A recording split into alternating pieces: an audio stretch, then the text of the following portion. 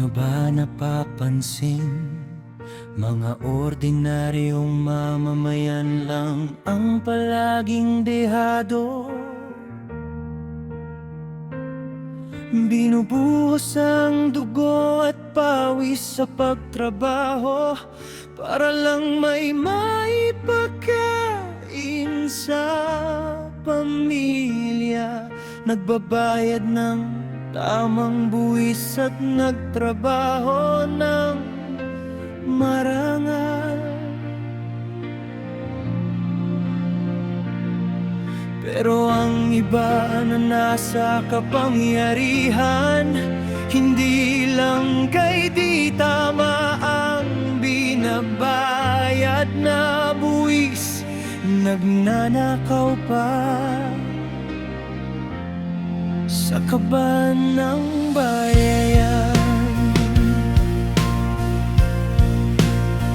Ang masaklap, itong mga kurap na mga kapal ang mukha, hindi na lang mahiya at di pa makukulong kasi feeling nila sila ay untouchable at may bulletproof.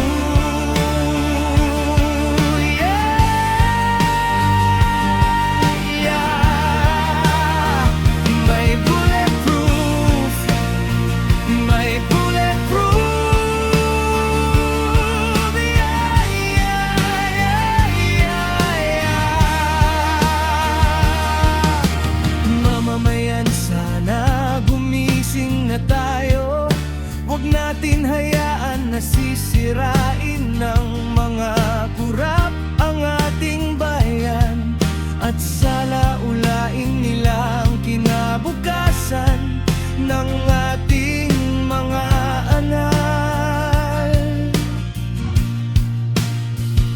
Isang tabi na sana muna natin ang politika at magkaisa.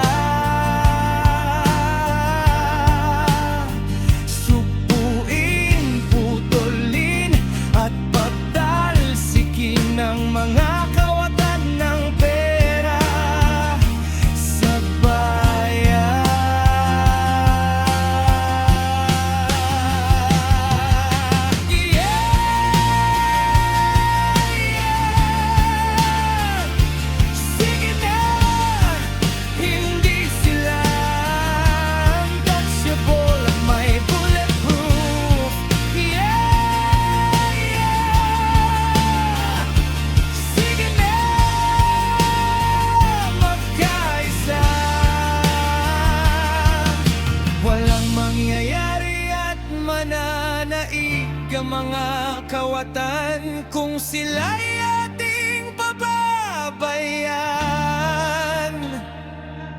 Kailangan na nating tumindig at magkaisa.